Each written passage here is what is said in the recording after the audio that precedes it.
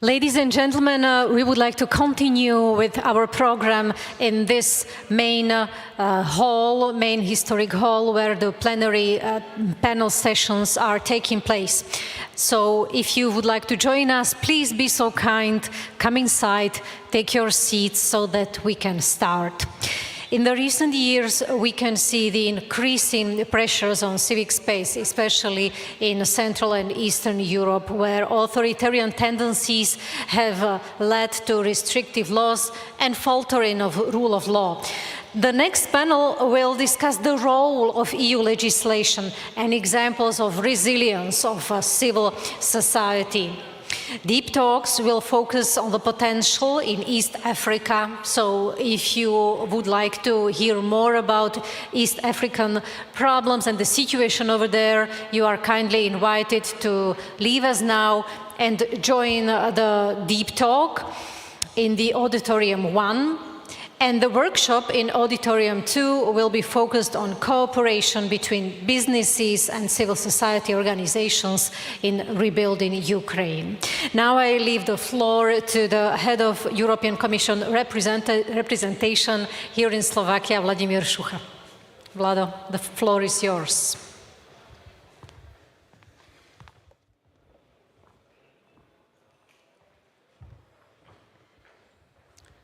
Many thanks, Eva. Good afternoon. It's not extremely full, so then we are going to talk about the importance of civil society, but okay, so we would need a little bit more people in. So those enjoying coffee may join us if they wish.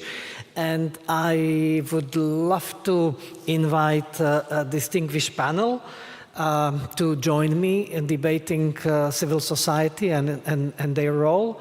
And I would like to invite Giada Negri.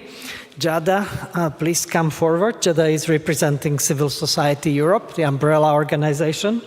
And then the second is Viktor Kundrák, plenipotentiary for civil society from Czech Republic, and Robert Jan Uhl from Fundamental Rights Agency, which is EU agency with a seat not far from Bratislava in Vienna. Well, I don't know if the organizers, if they dig very deep into my CV, and that's why they decided to ask me to moderate this panel, but maybe not, maybe just coincidence, but I can tell you that it's very close to my heart. Deep in communist regime, I was one of the first persons in Slovakia establishing civil society organization, and actually we established the first Slovak movement in the country. So I admit it was 100 years ago, but still a little bit of that dimension is in me, and I'm absolutely convinced of the role of civil society in the society, in democratic society. Obviously, if we do not want to have a democratic society, then we can forget about civil society. But I think that we can get into it, because obviously now I was talking about 100 years ago when I was young, but now I'm less young. But we have other huge challenges, and maybe we can talk about that, because, you know, I was co-authoring 2 years ago a report on impact on AI on society, and 50 experts we have been working with. If there was one element they all agreed on, that democracy is under the risk and threat from artificial intelligence. So then definitely we need to invent or reinvent democracy. So these are all elements we are going to talk about in this panel. Okay, good. So you who are in the room, or those who are following us, you can use also Slido. You can ask the question. And I will use this tablet later on to look if there are some questions. But first of all, maybe let's start, dear panelists, with. I started a little bit to dig into the role, but what is, I would say, this capacity and this multifaceted role of civil society in thriving, healthy, democratic countries? Why we need, or if we need, maybe you may conclude that we don't need, but I don't think so. But what are those elements we think or we know are important from the point of civil society or active citizenship, active participation in a public life? Jada, you are representing a civil society umbrella organization. Maybe let's start with you, and then we may go to the Czech Republic and learn something from that perspective, and Robert Jan may mention some elements from the European perspective. And so then first we will be looking at what are the added values of civil society, and then we may dig a little bit into why we have deterioration of conditions for civil society in Europe. And then we will be looking at what we need to do or what the civil society should do to improve resilience. So these are 3 blocks we will be trying to cover. Jada, over to you.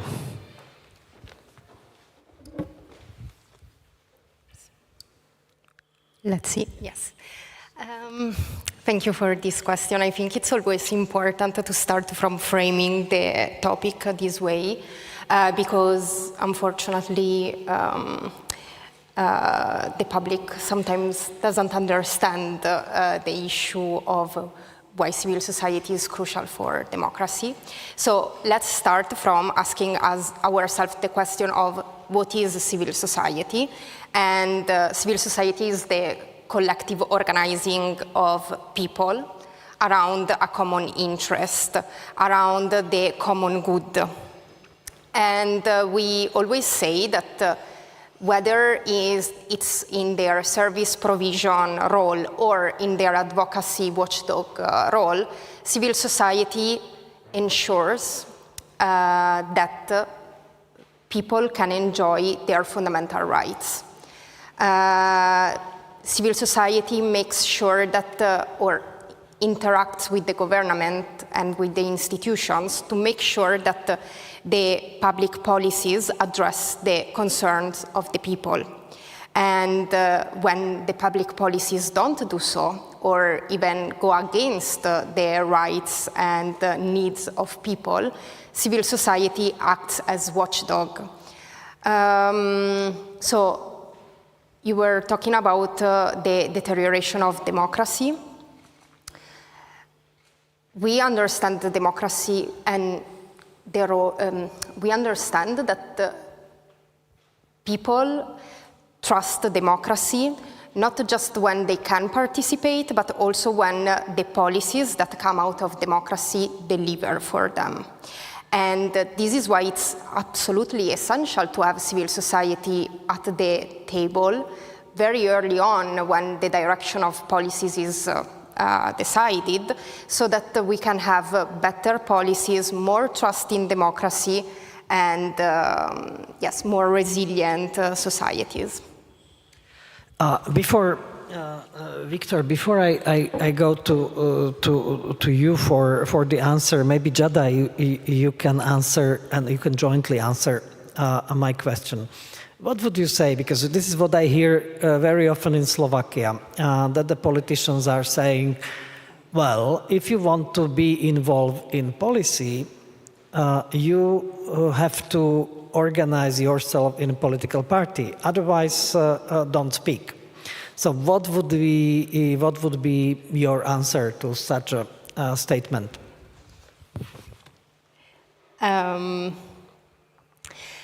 Well, we see that representative democracy is not enough. It's one aspect, and it's really, really important, of course, to go vote. It's our duty and responsibility as citizens, also to vote for those that are in the country but don't have the right to vote.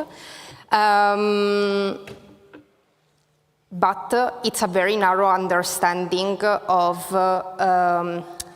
who should contribute to decide for the public good. And we see more and more that the signal from the elections is that people don't go less and less to vote. And the reason for this is that the political options don't represent necessarily the vision that people have of the direction where the society should go. So here is where civil society and also when I speak about the civil society, I include also grassroots organizations, social movements. This is where we have a key role to play to make sure that politicians and institutions are held accountable, to make sure that the voice of the people is represented when the decisions are made. Okay, Victor? Thank you very much. Well, first of all, I'd like to make a small declaration. Don't work for the plenipotentiary. We don't have, unfortunately, such institution in Czechia. I lead the Human Rights and Protection of Minorities Department at the Office of the Government. And here I represent Human Rights Commissioner, Ms. Klára Laurenčíková, who sends her regards, and we're very much delighted to be invited to this event.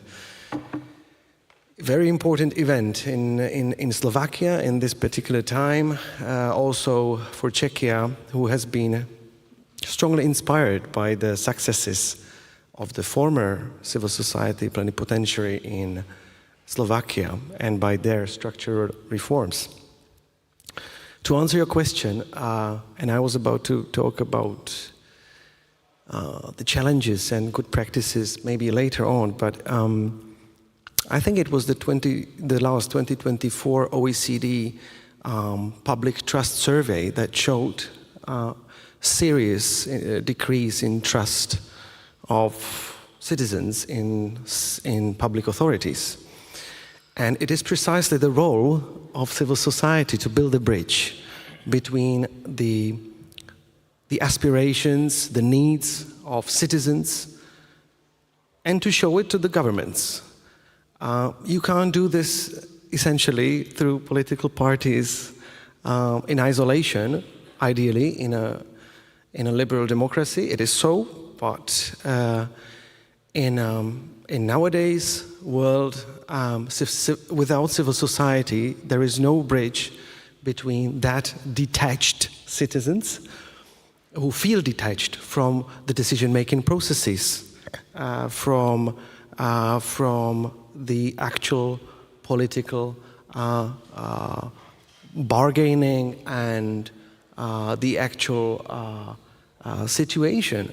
So that's why there is a low turnout at the elections. That's why such low interest. That's why such low trust in media, in public media, in the governments.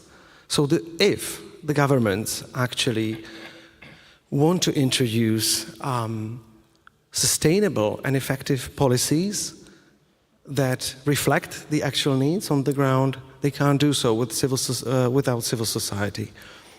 Civil society also plays, and it has become a cliche, a key actor in meeting the obligations or roles that lie actually with the state, such as social services.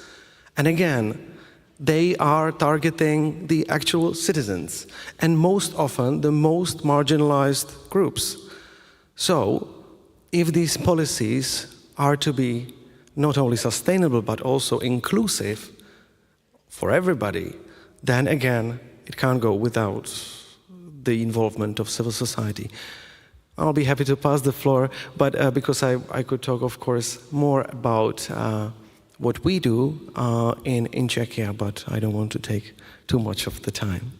Okay, I'm sure we will come to it. By the way, there are tons of research showing how the active citizenship is contributing to the happiness of people and individual resilience, and this is something what we are lacking. So then, active involvement in society is helping a lot. Just a small reminder about the Slido. So if you want to ask the question, please use Slido. We have the hashtag ADF 2024, and I will see your question or comment here on this tablet. Robert Jan, so you represent EU agency and you have very good overview of what is happening in Europe. So before, I'm sure that you will be talking about the civil space challenges and why it's shrinking, but maybe at the beginning, can you elaborate a little bit on the role of civil society from European perspective? All right. Yeah, thanks very much, and thanks indeed also for the invitation again to speak here. I think I fully agree with my fellow panelists about what they've said, of course. I just wanted to add indeed a few things. So from the EU perspective, obviously the EU treaties require the participation in decision-making of civil society. That's actually in the treaties themselves. It's also, of course, a right under various international human rights instruments, right? So the ICCPR has that as an explicit right, the right to public participation. And I think next to it being a right, I think it's also simply a good idea, right? I mean, the government may think that it knows everything and that its proposal, whatever it may be, is brilliant and well thought through. But of course, if you don't throw it open, if you don't seek input from civil society, there may indeed be very many effects of the law that you're proposing that you might miss, right? The same, of course, it applies to parliamentarians. They too need to discuss with civil society, the value of proposals. And of course, that applies especially to, let's say, proposals that affect the institutions of the state, right? So, and I guess we'll talk more about this, but of course, civil society, civic space, these really are, they affect the fabric of society. They affect the way that a country functions. You know? And it's clear that every citizen should participate, or should at least be able to participate in the process of setting rules about, for example, civic space, institutions, courts, etc. So I would reply like that. Thank you. Okay, thank you. Thank you very much.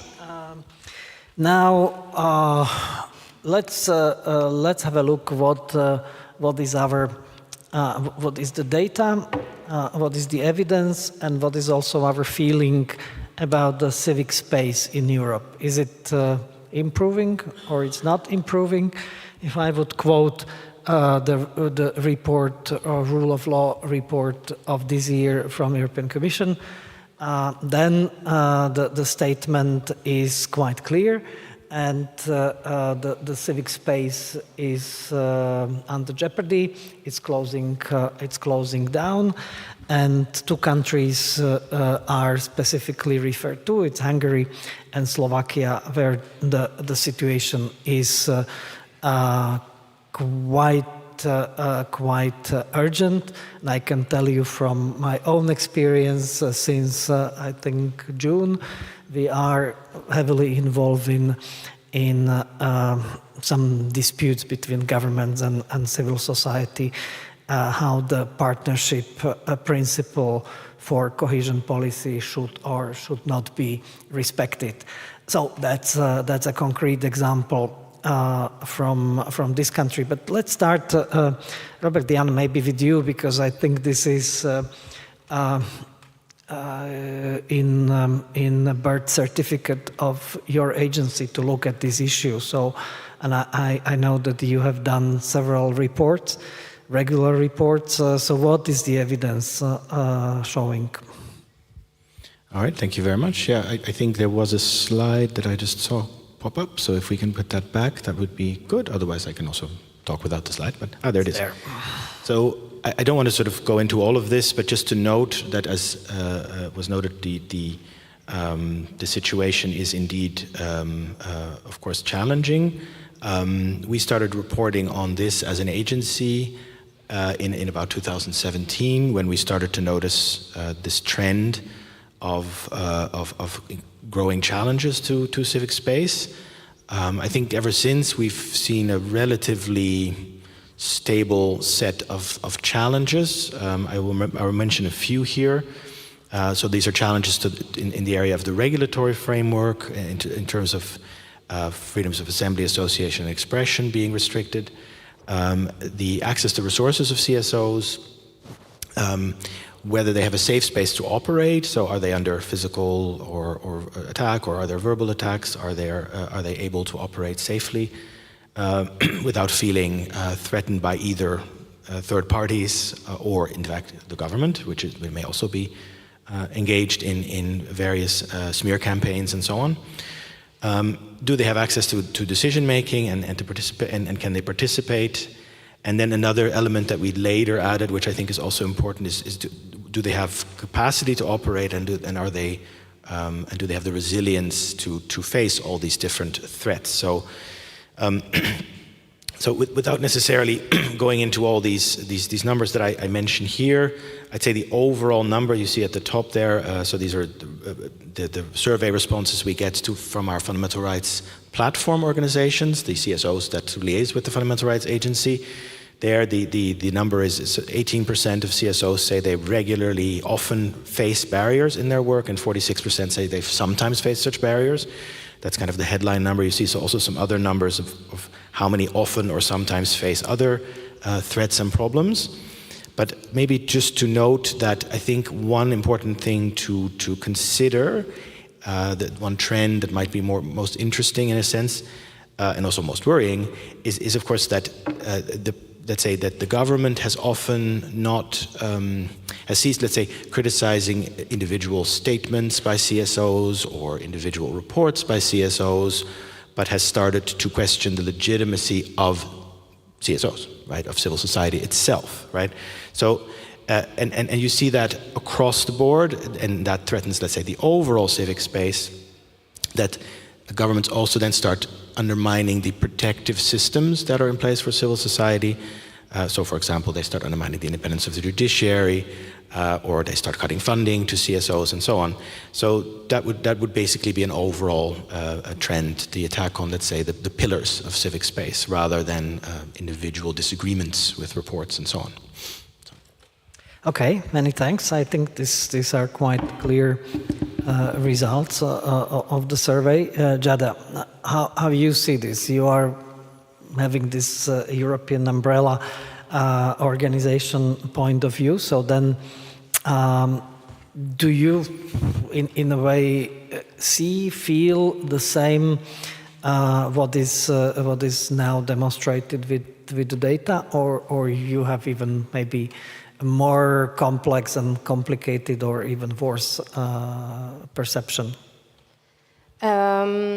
Yes, so I pulled out the data from the Civicus Monitor, because this is the other reference that we have in terms of quantitative data on the state of civic space in Europe.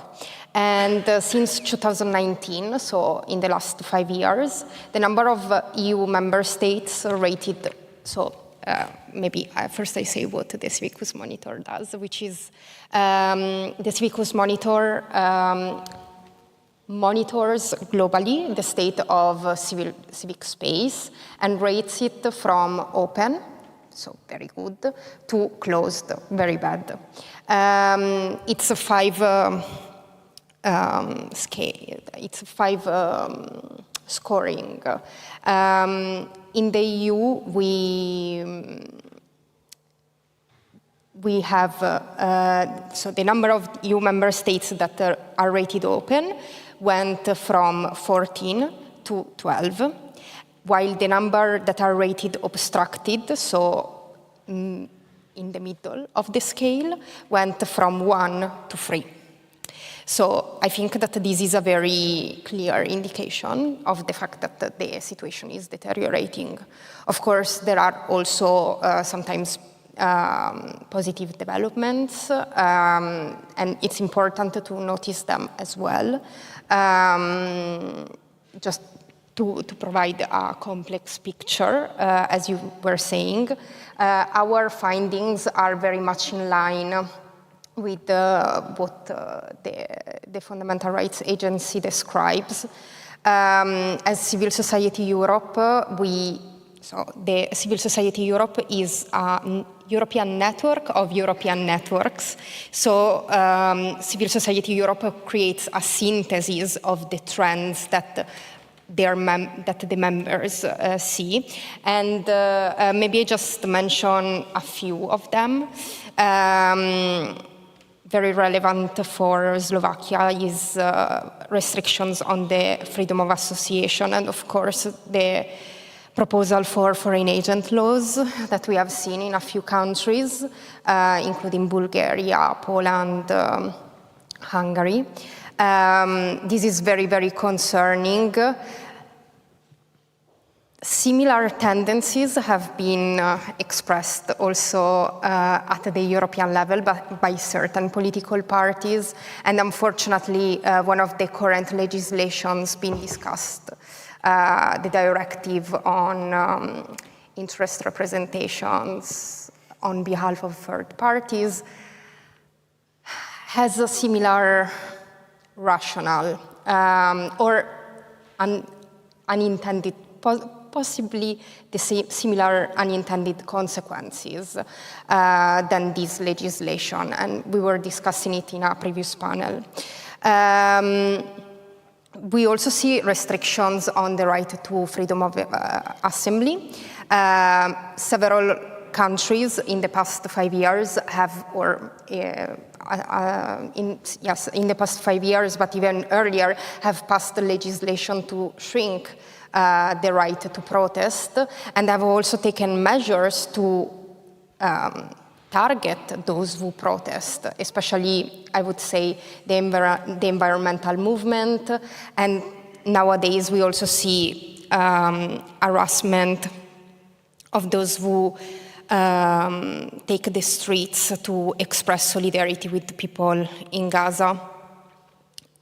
This goes hand in hand with increased hate speech and fear for communities that are at the center of these, both Jewish and Muslim people are under a lot of pressure in this moment. And this is part of the shrinking civic space. We see that more and more these excluded groups and those that represent them are under direct attack, including receiving threats, legal harassment, sometimes even physical attacks. And this is really, really dangerous and concerning. We also see this attempt to divide the civil society between the good civil society, the civil society that offers services but maybe does not openly criticizes the government. And in this, I would like to draw the attention to the fact that sometimes these legislation or measures are not intended actually at criminally persecuting or having fees on civil society organizations. Their aim is often more subtle, which is, one, creating a chilling effect, so that less and less civil society and organizations and citizens speak up. And two, creating a weaker solidarity in between the sector, because maybe if one is targeted for being outspoken, others will not want to be associated with them. And this is why solidarity among the sector is so fundamental. Okay, very interesting. So it's confirming in a way and even deepening the situation. I see so many of you having your mobile phones with you and in your hands. And I'm just wondering if there is a barrier in the connectivity, because I'm not receiving that many questions on this tablet. So then please use wisely your devices and send comments or questions. Now let's go to Czech Republic, maybe from Victor, your national point of view. Do you see improvement or do you see some backtracking in Czech Republic for civil society space? And if you want to comment also on the general issues in Europe as such. Okay, I'll take this one. So, thank you. I'm not sure if I'm in a good position to comment the situation, political situation, as a civil servant. But I'll start with another cliché, and that is that in Czechia we talk about political will, as we've discussed with Robert. Across Europe, we talk about political will. Everything depends on political will. And in the past couple of years, we have had that political will in Czechia, and we have witnessed a lot of successes. And it is not only thanks to the political will, which sometimes is key, or if not always, to achieve successes. I mean, in the area of participation of civil society and inclusiveness of creating public policies and legislation. But we also have that structures in Czechia that allow for active and meaningful participation of civil society. It might also be the reason why we've been invited to this panel and conference, because we provide such good practices that have been praised by the OECD, and the European Commission as well. It's a model mechanism that can be also used elsewhere of inclusive platforms for dialogue between the state authorities, civil society, academia, these platforms being attached to the government. They called government councils, and our department provides services or ensures functioning of a couple, currently 6 such councils: Human Rights Council, the Government Council on National Minorities, on Romani affairs, or on cooperation with civil society. These governmental councils are chaired by the Prime Minister, and they include representatives of ministries and of civil society. They provide a safe space where, indeed, civil society can not only provide recommendations, but can also criticize. It is a safe space where they can raise their concerns, ensuring, and this goes to the interest of the government, that the government is held accountable and acts transparently, which in the end goes for increasing the public trust in the government. So, of course, the governments not always like that, watchdogs they need to hold discussion with watchdog organizations, and we do have included in our government councils. But perhaps it's better for the government to have them, to have the dialogue, safe dialogue with them, rather than communicate through media or through international organizations. And it has worked well through the past 3 years, with, of course, good help and leadership by the two government commissioners. We have one on human rights, Klára Šimáčková-Larončíková, and also Lucie Fuková, who is the government commissioner on Romani affairs. We have had important successes. With the help of these government councils, we have improved our strategies, legislation in the areas of social housing, in the areas of Romani inclusion, in the areas of hate crime and hate speech, in the areas of domestic and sexualized violence. All these successes have been based on inclusive policy making in the government, which is ensured through these platforms for dialogue. There is another area where we could provide, perhaps with some good practices, and that is the area of participation in the EU funds structures.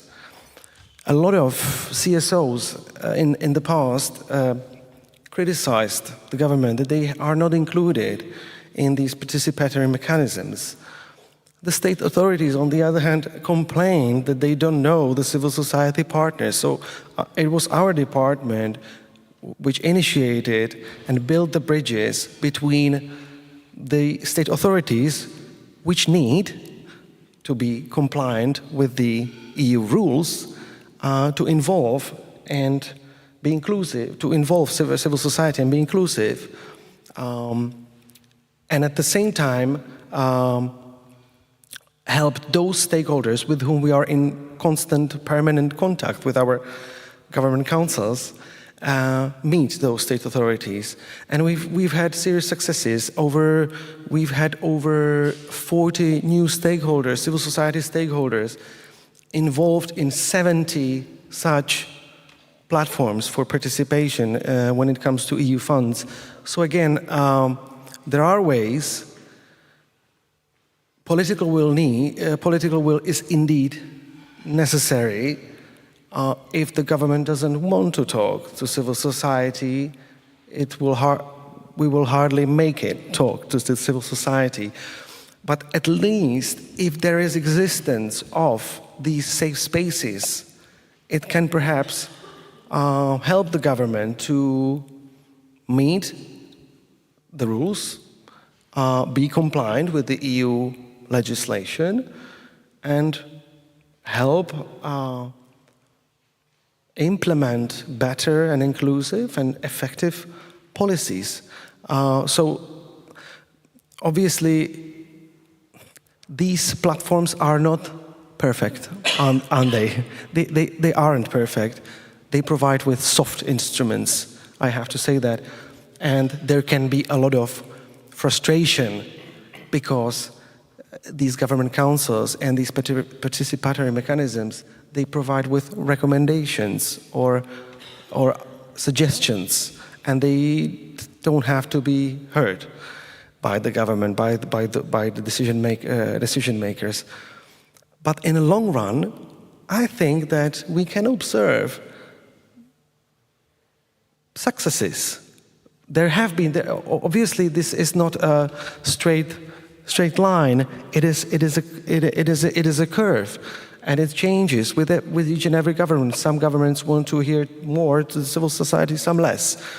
But since these platforms are permanent, and if key political topics or policy topics, legislative topics are kept in the public space at these platforms, it is hard to get rid of them. Okay, so by the way, thank you for your questions. I think that now I see that you are perfectly wisely using your mobile devices. And so we have a couple of questions also for you, Victor. It will be tough, but that's you're facing civil society in auditorium. But before I come to you again, so maybe Robert Jan, to some questions which are here and they are of the European nature.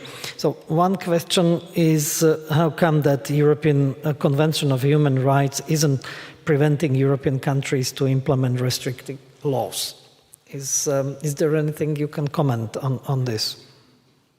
Well, I mean, I think to some extent, I would say it probably is, right? I mean, of course, it's well known that the process of going to the European Court of Human Rights can take quite a long time, obviously, right? So it requires exhaustion of domestic remedies. So you first have to go to the national courts, then you have a certain amount of time to take a case to the Court of Human Rights, and of course the court, although it's been working very hard on its backlog, is still taking a certain amount of time to address certain issues. Of course, one of the ways to get out of that is to go to the Court of Justice of the European Union, an avenue that some CSOs have also found, right, where perhaps the procedure can be a bit faster because of the various procedures that are involved, where a national court can just ask the Court of Justice a question and then deal with it immediately after it receives the answer, right? So that would be one way out of it.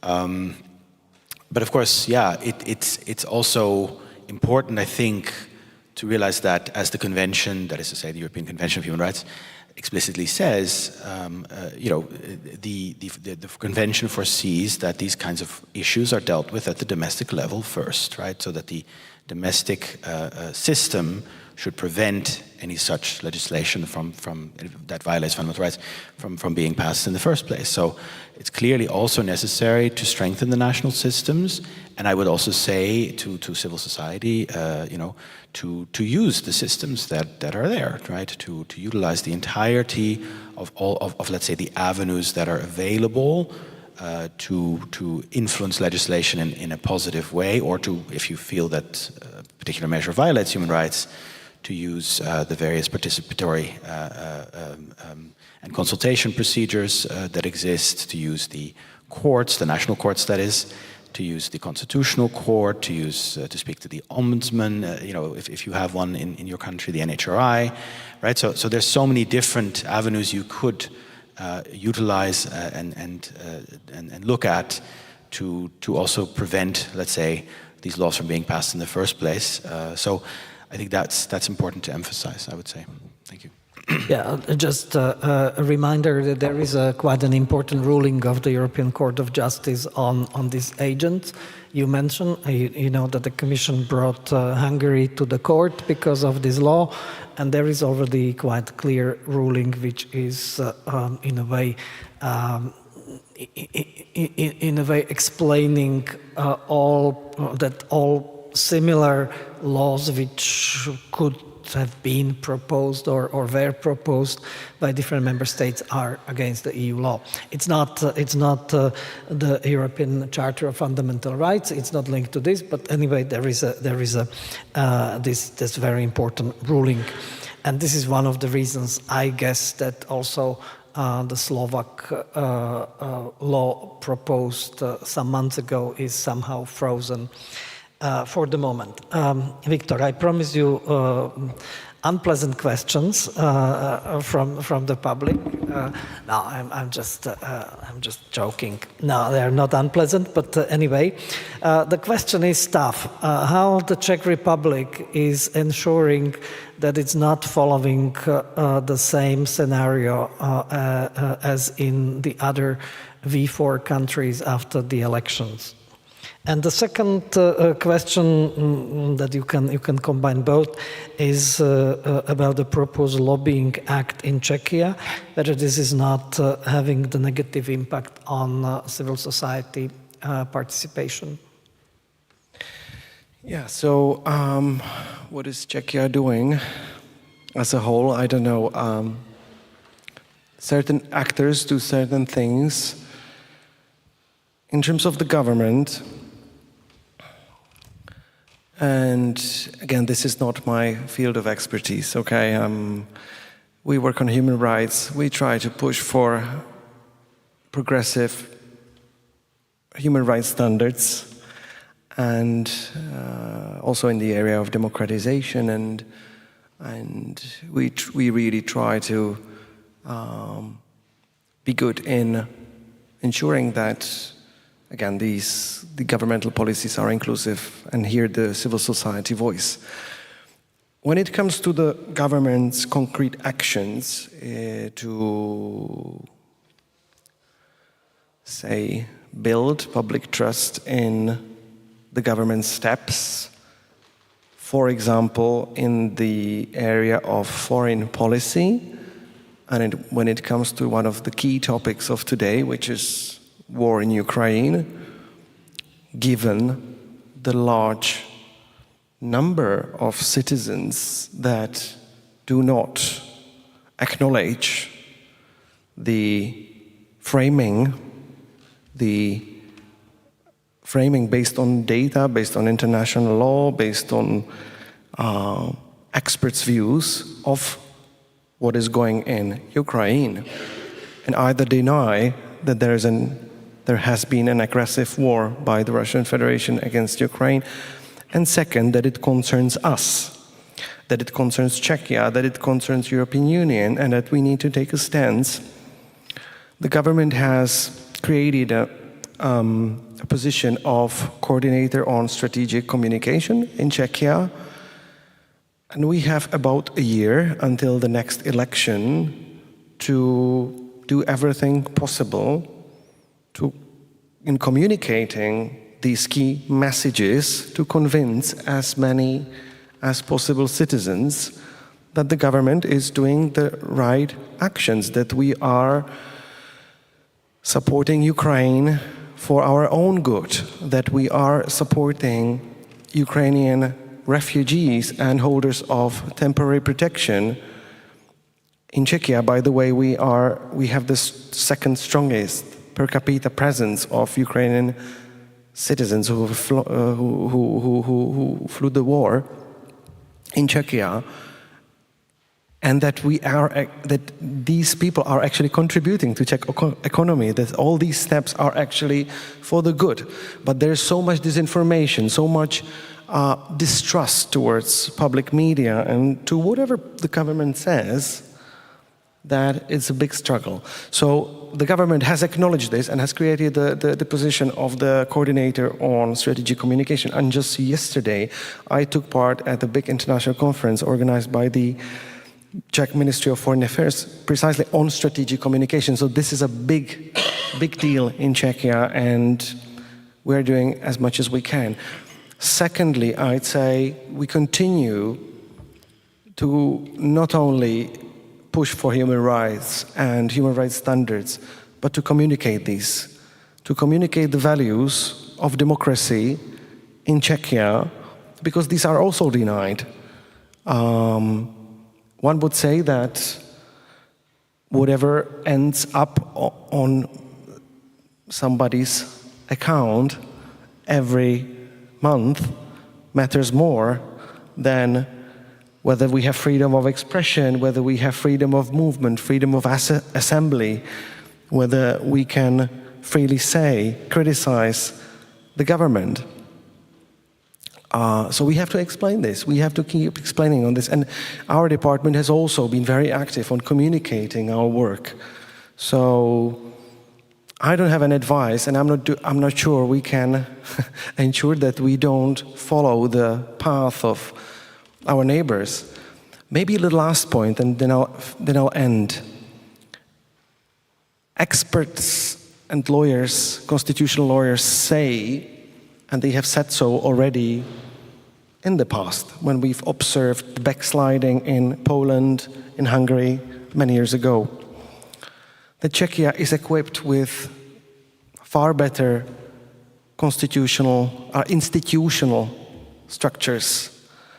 Very strong constitutional court, strong judiciary, rather good trust of the public towards judiciary and the constitutional court and the ombudsperson, for example.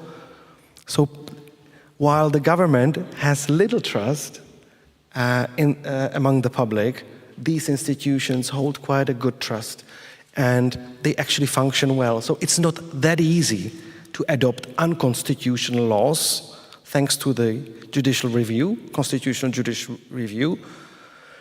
And we have been also quite good in implementing the European Court of Human Rights case law addressing Czechia. So I would say that these are our safeguards when it comes to checks and balances. Obviously, they can also be hindered when it comes to the worst. Sure. Thank you very much. Indeed, institutions and the strength of the institutions is one of the most important pillars of liberal democracy. So there are a few questions already hinting about our last topic, which we wanted to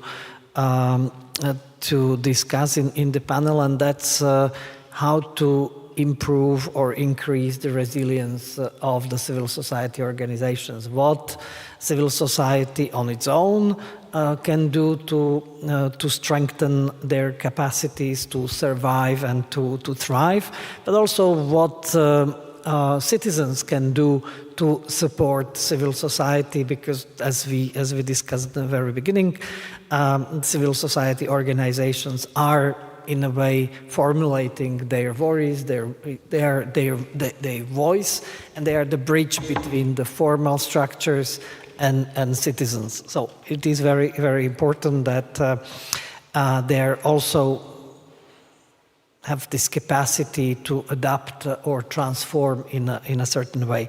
I think, Jada, you should start this part, because you are representing civil society and you know best what can be done, what is being done, and how this resilience can be increased. Yes, so starting from what civil society can do and what we have observed in several countries is, first of all, what I was saying before, solidarity with each other. It's really important that we come together in stronger coalitions so that when one is attacked, all of us can react together and say that then we are all in danger. Coalitions, not just inside the countries, but I think it's really important to foster cooperation across borders and also between national and EU civil society. And here I invite you to reach out to European networks like ours, so that we can cooperate even closer together. In terms of how citizens can and people living in the EU can support the civil society, I think that the number one thing is engage. Take to the streets, give funding to civil society, donations, speak with your friends about how you are engaging and what impact civil society is having in your life. Of course, our role in Brussels is, first of all, to send strong messages to the EU, because we think that more and more the EU is influencing the legislation in the national context, and it should do the same also in the context of civil society, democracy, and rule of law. And we see some positive signals on this, including with the mission letter to the designated commissioner on rule of law and democracy, that the institutions are listening to the fact that they should be more engaged in dialogue with civil society and also protection of civil society. So what are our messages to the EU institutions? First of all, we need more coherence in dealing with civil society.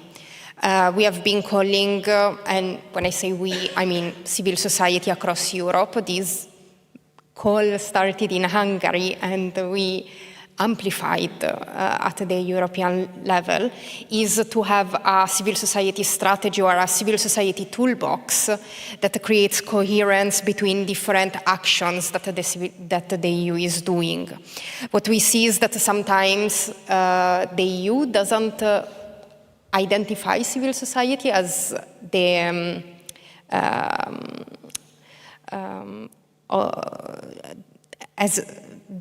actors that will be influenced by legislation, and this can create counter or not unexpected consequences that could have been prevented if there was more coherence in the way that the EU dealt with the civil society.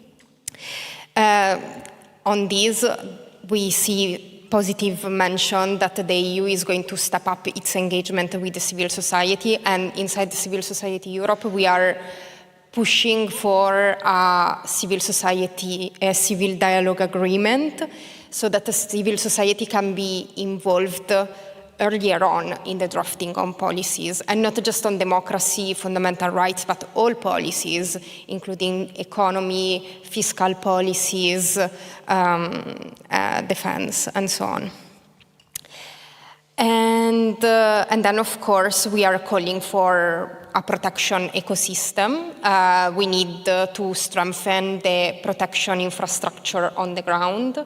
Some of, for example, the human rights bodies, but also the protection that the civil society itself is creating. We have more and more in several countries, civil society coming together, as I said, in solidarity, but also to provide services to those that are attacked.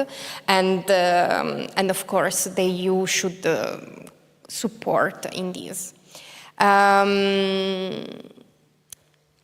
One last message is also to donors, because I think it's important in the ecosystem of actors that should support civil society.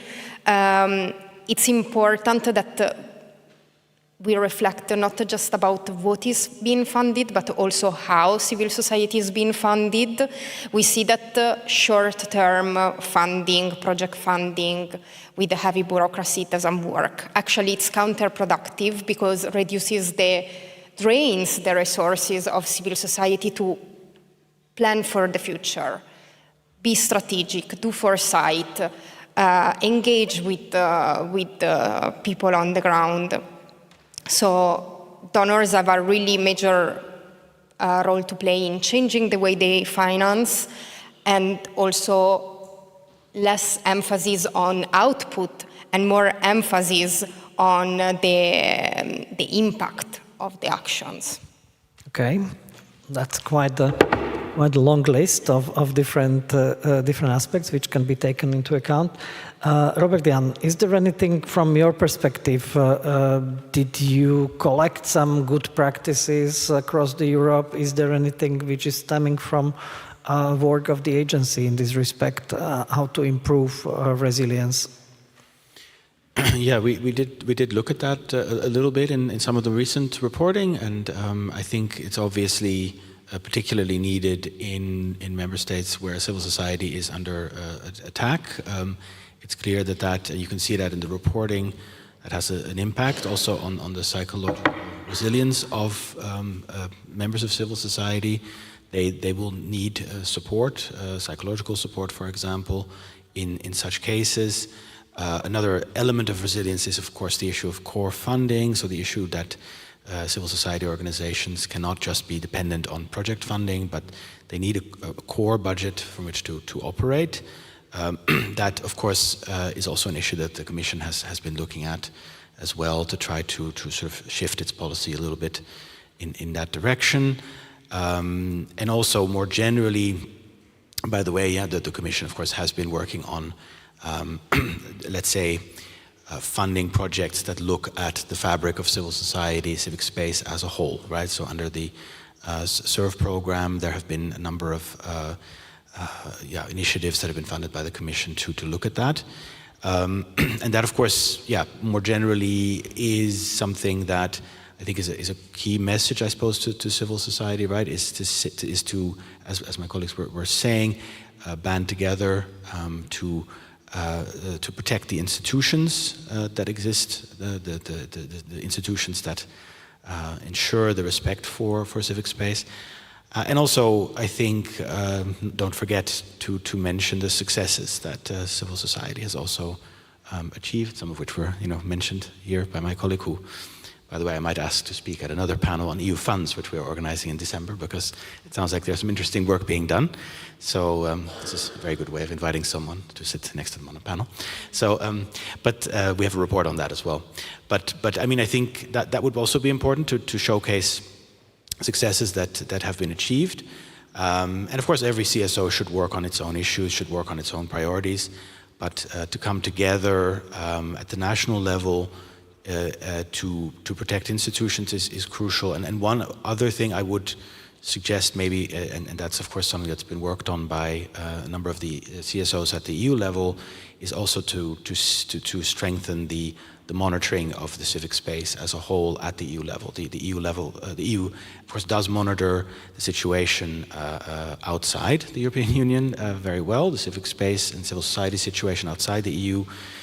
There's a lot of monitoring of that, but it's clear that there needs to be also on the basis of the findings that were mentioned by my colleagues and also that you can see from our reports, there is a need to monitor and follow up on the situation at the national level by ensuring that there's an EU level monitoring mechanism. So I would also say that's an important aspect of future policy. Robert, you mentioned this outside EU dimension. There is also one question which is asking about what are the trends and tendencies of supporting civil society outside the EU by member states, by the EU. Do you have anything, or maybe also for you, Victor, if Czech Republic is having a special program or special way how to support a civil society organization outside the EU, is there anything you can add to this external dimension?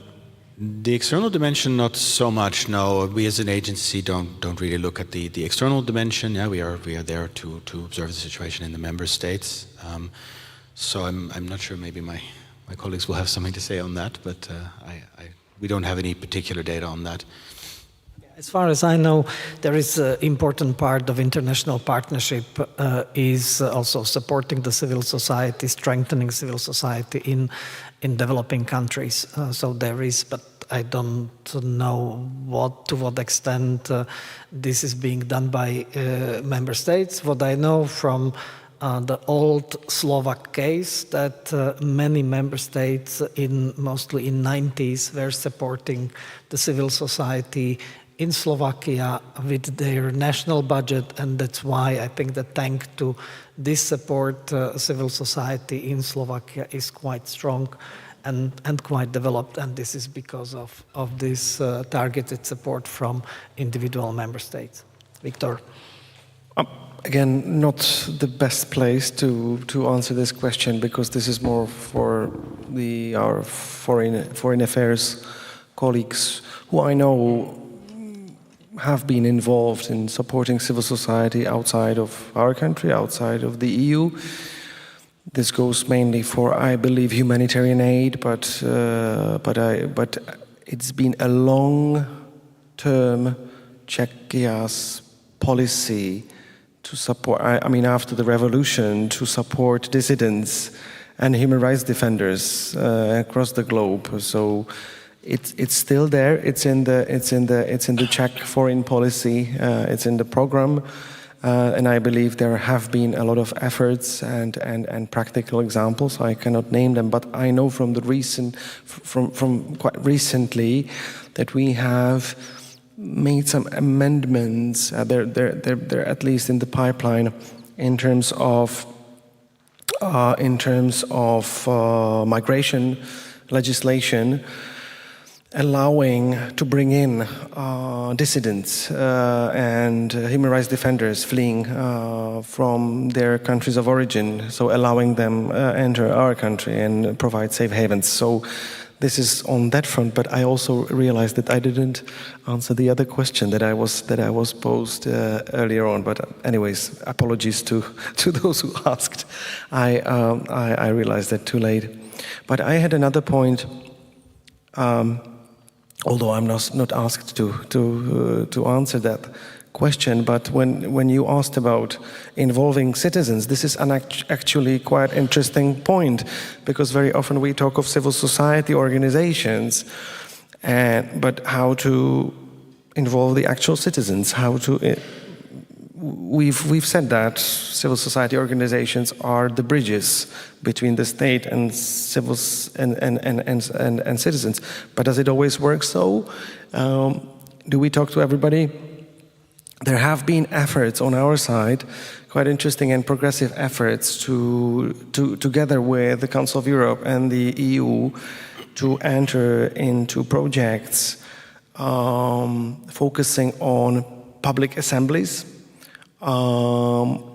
citizen assemblies, public assemblies, which might again help to increase that dialogue, make it more inclusive, and make the citizens less detached from the decision-making processes. Of course, this is a question of a long run, but a good idea, I would say, to look at for countries that want to make some progress, at least in terms of piloting these efforts. I think this is still a new area for many, and it is for us. But we'll be very happy if we manage to implement such project in the upcoming months and years. And one very last thing: civil society organizations should also, although I should not say so, I would be happy for more collaboration with civil society, and if the government supports civil society also financially, but civil society organizations should also turn more towards the actual citizens and businesses to provide for more security in case the governmental policies shift 180 degrees. They should not be dependent only on the state funding, and businesses should be, private sector should be much more involved than it is currently. Okay, many thanks. So that concludes our panel. Our time is up. And let me wrap up what I'm taking from what I heard from you, questions, etc.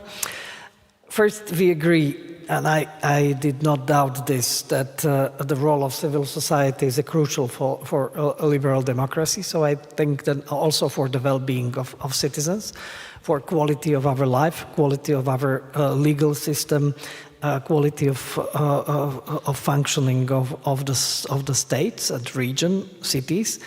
There is no doubt about that.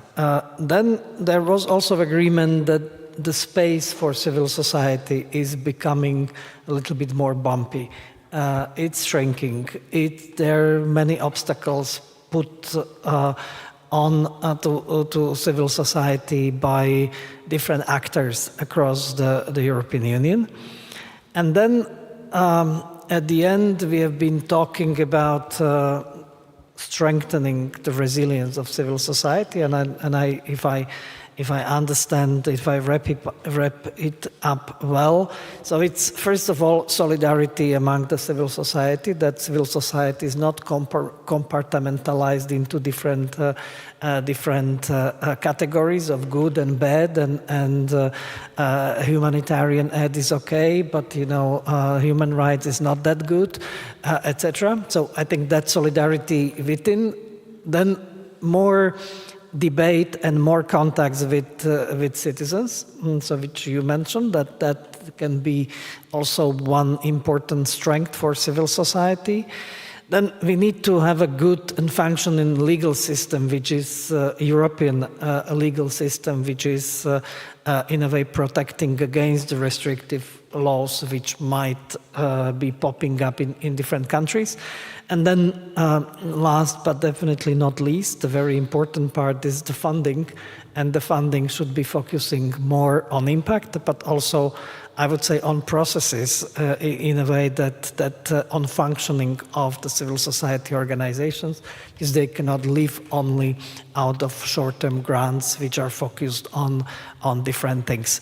So these are few takeaways which I invite you to take with you home, and wherever you can act as active citizen, or representative of a government, or whatever level the government, or civil society organizations or professional organizations. Please do so. Please use these takeaways, and let me thank distinguished guests Robert Jan Uhl from Fundamental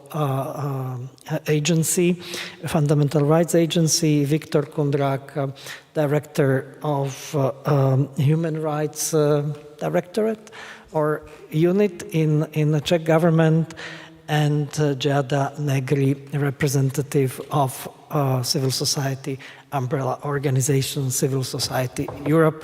And can I ask you for a very strong applause to our panelists.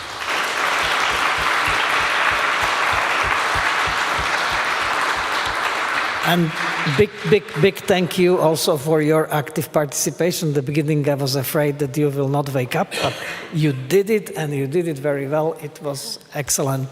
Many thanks, and have a good afternoon.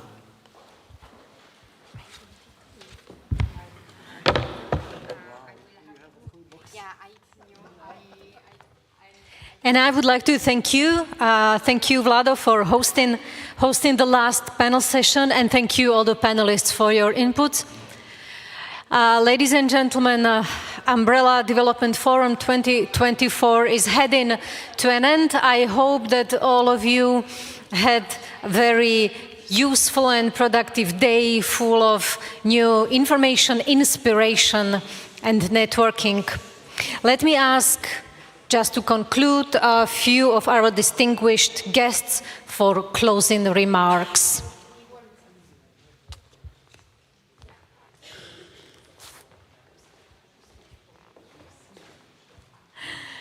First, I would like to invite Hilde Salvensen, Deputy Ambassador of Norway to Slovakia.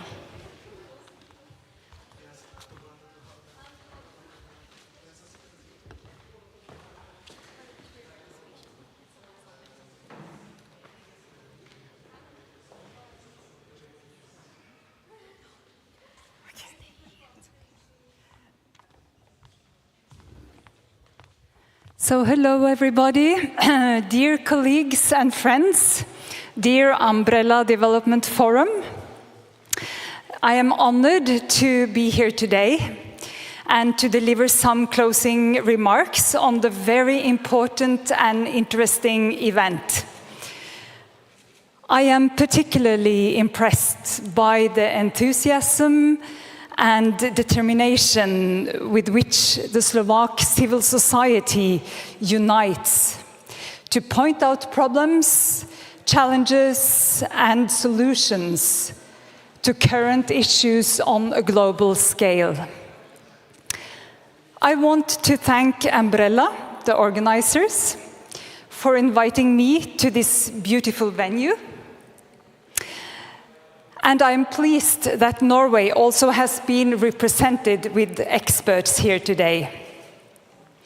I am delighted that this event is organized with the support of EEA and Norway grants within the bilateral fund. Given the current developments, we need these kind of activities more than ever. Projects of bilateral or even multilateral nature represent one of the most important cooperations between our countries. Exchanging good examples from each other, we can deliver better results.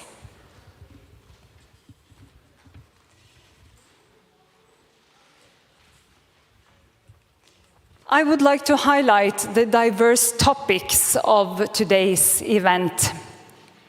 From Russia's illegal and brutal war in Ukraine, the immense suffering of the Palestinian population in Gaza, through access to education and food in Africa, to the difficult situation of civil society in Slovakia, but also in other countries where governments are trying to or have already enforced laws like the so-called foreign agent laws.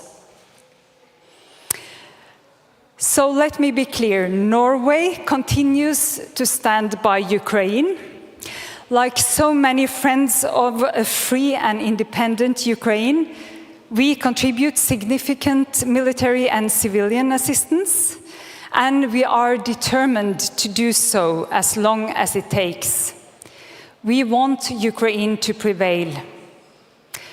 Respect for a rules-based international order is fundamental principle, and for small states like ours, it can be a matter of survival.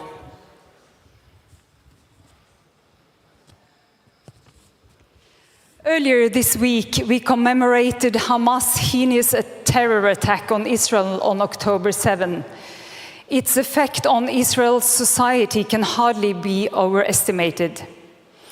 At the same time, Israel, like any other state, is bound by international humanitarian law. The immense suffering inflicted on Palestinian population in Gaza is beyond comparison. Norway firmly believes that there is no credible alternative for lasting peace other than a two-state solution.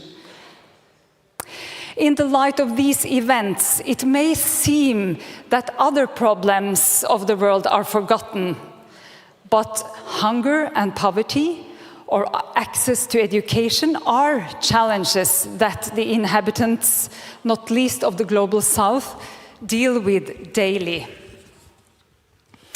I am extremely glad that today's discussion also contributed to the search for solutions to these challenges.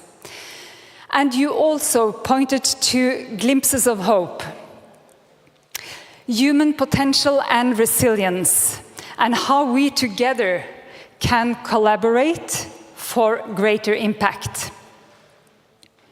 In conclusion, allow me to wish you, especially the civil society here in Slovakia, a lot of strength and determination, which I could see here even today, to fight the challenges that surely await you. Let's all hope that a year from now, at this forum, we can state that at least some of the problems or challenges we discussed here today belong to the past, or that we at least are closer to solving them. Thank you so much.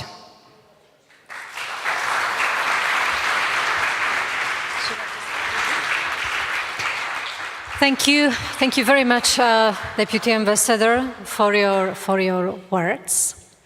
And now, as we talked a lot about Ukraine today, I'm really glad that we have Miroslav Kastran, Ambassador of Ukraine to Slovakia, with us, and I can invite him here to join me on the stage.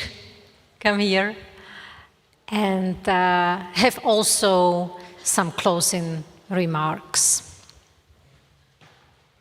Ambassador, the floor is yours.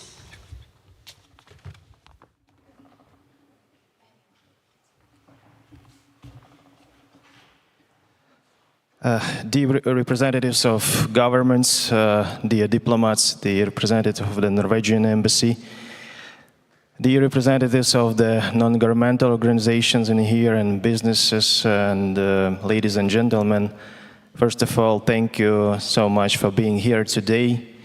And of course, I'd like to use this opportunity to thank the Platform for Development Organizations, Ambrela, for organizing this great forum.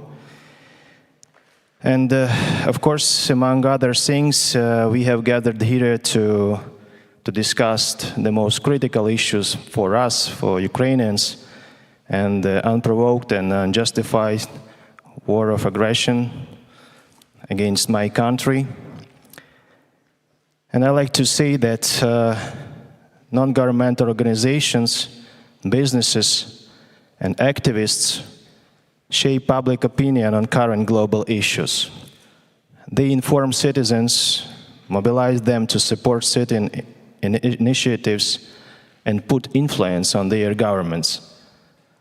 Civil society proposes new ideas and approaches to solving global problems and suggests alternative models of development that take into account the interests of all segments of the populations. And that is why your active participation in the process of Ukraine's recovery and strengthening of international security is so important. Each of you can do your part by supporting Ukrainian initiatives, spreading truthful information, and putting influence on your governments to strengthen sanctions against Russia. Since the beginning of the full-scale military aggression against my country, Russia has launched more than 9,600 missiles. Around 3/4 of Russian missiles hit civilian objects, which confirms the terrorist nature of Putin's war. Russian troops are mostly hitting civilian targets using tactics to destroy or displace civilians from their homeland. In September, there was not a single day without a drone attack. On average, the Russians launched 44 drone attacks against Ukraine every day. In October, the situation remained unchanged. Last week, for example, Russia used almost 20 missiles, over 800 guided bombs, and nearly 400 drones of various types against our people. And now we all face a very important task: to restore Ukraine as soon as possible, because the recovery of Ukraine is a guarantee of security for Slovakia as well, and also for Europe and for the whole world. Today, Ukraine is unfortunately the most heavily mined country in the world. 142,000 square kilometers, or about 25% of the total territory of Ukraine, remain potentially contaminated with Russian mines and explosive ordnance. Thanks to our joint work with our partners, the area of contaminated territories has already been reduced by more than 30,000 square kilometers. That is why our country is in urgent need in demining the released territories. We are grateful to the Slovak government and the Ministry of Defense for the next aid package, which includes, among other things, 5 used demining machines. We also thank the Ministry of Foreign and European Affairs of Slovakia and Slovak Aid for providing financial assistance for the purchase of 2 Božena demining machines, which we expect to receive at the end of November. Ukraine's demined agriculture land means that Ukraine grain will go to countries of Africa and the global south. Mine-free Ukrainian territories are the beginning of a large-scale recovery of Ukraine with the involvement of businesses from all over the civilized world, including Slovakia. The demined Ukrainian territories mean saved lives of Ukrainian citizens and Ukrainian children. The role of the Slovak non-governmental sector in the humanitarian demining of Ukraine is enormous. Thanks to the money raised by ordinary Slovak citizens, Slovak businesses and the Slovak non-governmental sector, Ukraine is expecting the latest Božena demining machine in October this year. I would also like to mention the financial assistance provided by ordinary Slovak citizens. Artillery shells, as you know, have already arrived in Ukraine, for which money has been raised for more than 4 months. I'm grateful for all the help that has been provided and continues to be provided. I would like to make a special appeal to civil society organizations and Slovak business. The winter period is coming, and the Ukrainian energy infrastructure has been almost completely destroyed by Russia. We need about $1 billion to restore the damaged energy infrastructure. And international partners, non-governmental organizations, and private businesses are actively helping Ukraine rebuild its energy infrastructure, and we look forward to continuing this support. This will enable Ukrainian power engineers to repair and restore damaged energy facilities and stabilize the power system, while keeping people warm and safe. Currently, Ukraine needs more than 380 generators for thermal power generation. I understand that The financial resources of each country and each organization are limited, but I hope for at least partial assistance in the needs for the restoration of energy and infrastructure. Slovakia's participation in Ukraine's recovery is important given its neighborly territorial, historical, and cultural proximity. Today we are here not only to discuss the problems, but also to find solutions. That is why I invite you, representatives of businesses and the non-governmental sector, to take an active part in the Ukrainian Slovak Business Forum to be held on November 7th in Košice. It will be a platform for sharing experiences, finding new partners, and investment opportunities. Let's develop joint projects together that will contribute to Ukraine's rapid recovery. After all, rebuilding Ukraine is not only a humanitarian mission, but also a huge economic potential, because by investing in Ukraine, you are investing in your future, in our common future. History has repeatedly proven that unity and common goal can make miracles. It has happened in the past, and it will happen in the future. The recovery of Ukraine will be a new chapter in the history of our relationship, a chapter that we will be proud of. Thank you for your support. Have a lot.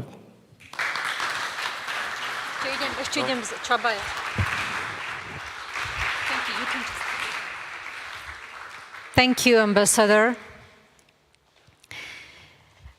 Ambrela Development Forum 2024 is organized with the help of Ministry of Foreign and European Affairs of Slovak Republic, and I would like to ask its representative, Marek Čabaj, for the last words.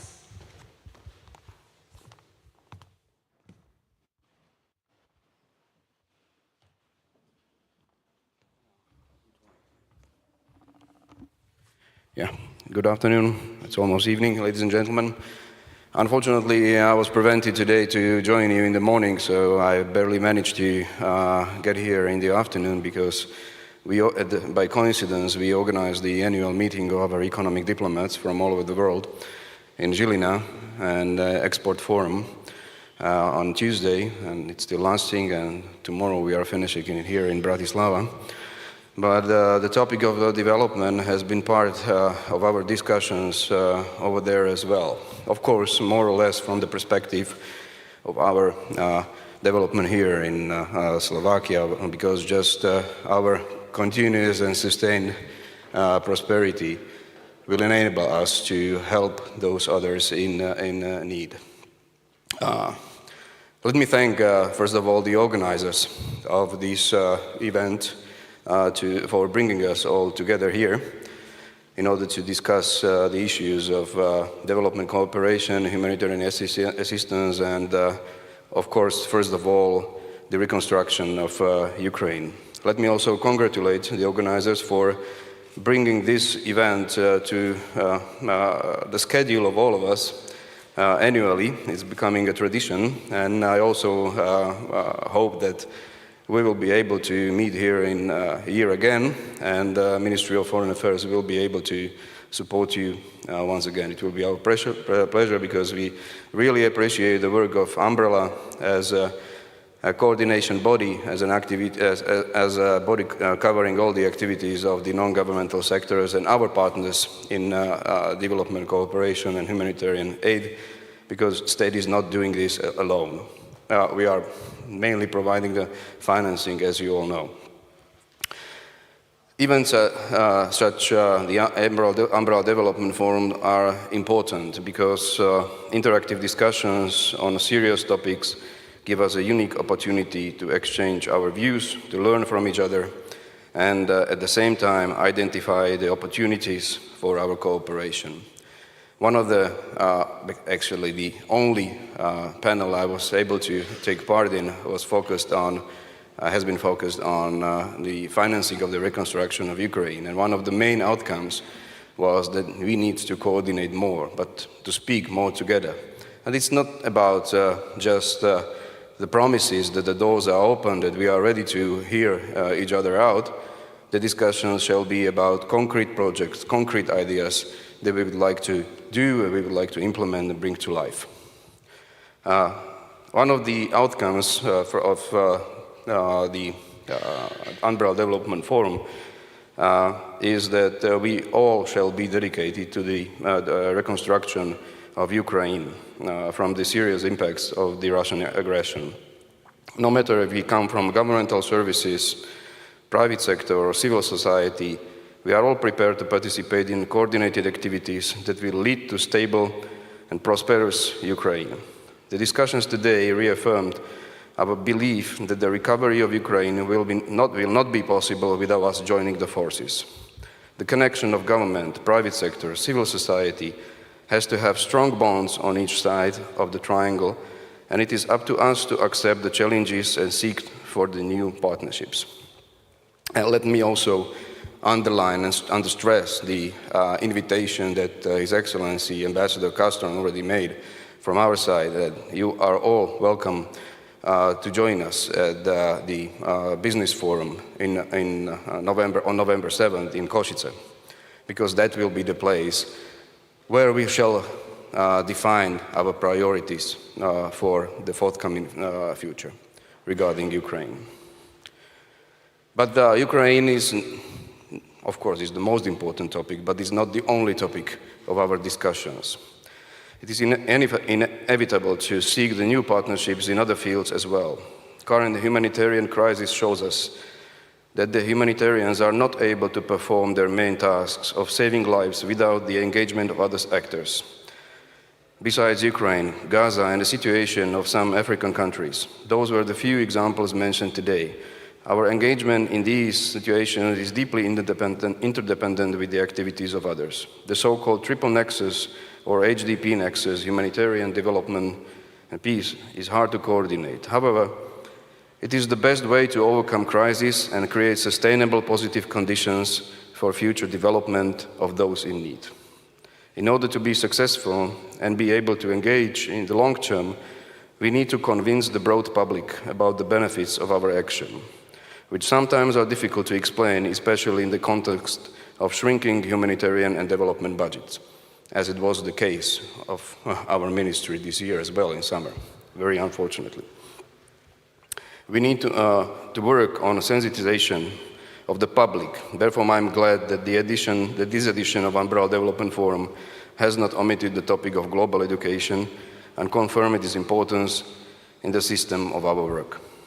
Ladies and gentlemen, I would like to thank all of you for being with us here today, bringing your piece of expertise, experience to our common table. I would like to express my gratitude to the organizers once again. I see Daniel Kaba and his colleagues, the whole team of Ambrela, who work hard to bring us all together. Let us stay in touch, elaborate our common ideas and projects, and I hope to see you at the next Ambrela Development Forum in 2025. Thank you very much.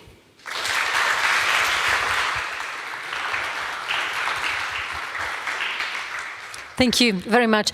Ladies and gentlemen, Ambrela Development Forum 2024 is over. Thank you very much for your attention, and I would like to invite you for a reception that will start at 5:30. That means in approximately 25 minutes. You can use the remaining time to take a look at the photo exhibition by Alberto Lores titled "It's the Most Wonderful Time of the Year." The exhibition captures the resilience and reality of Ukrainian life during the challenging winters in contrast with the Christmas traditions. I hope that you will enjoy the photo exhibition as well as the networking and discussions that can continue during the receptions. So once again, ladies and gentlemen, dear friends, have a nice evening. And it seems like